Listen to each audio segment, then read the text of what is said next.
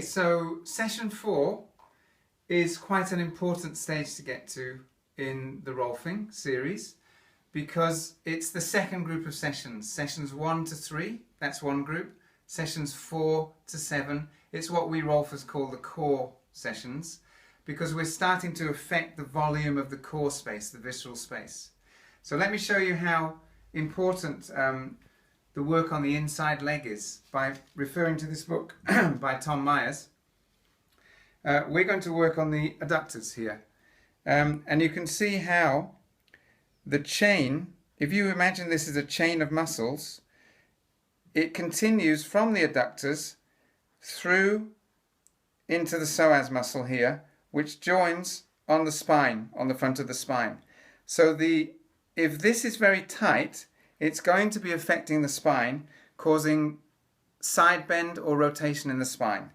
So I have found that working on this, if it's very tight, releasing it usually has quite a lifting effect for the body.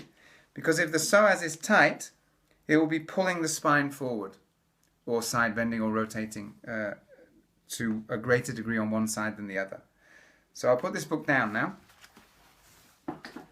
And so the greater part of the session in session 4 is the inside leg. So I will revisit the inner arch of the foot. The feet do get several revisits during the series after session 2, and it is can be quite profoundly changing for the feet. I have had quite a few clients over the years tell me that their arches come up with Rolfing, and this kind of work in here is contributing to that kind of effect. So Mateos here is quite tight in his inner arch, so I normally would spend quite a good deal of time working on that with him. And then I would work through the lower leg compartment I should say, and maybe work with movements with Mateos taking his foot up and down, and spend quite a good amount of time on that. And then working around the knee. Sometimes you need to put a blanket under here so that it doesn't hurt his knee as I work on it. But basically I'll be doing this kind of work very, very thoroughly and slowly to release the adductors here, all the way up to the top of the inner leg. And normally the effect you see after session 4 is of lift. You get a lift through the torso.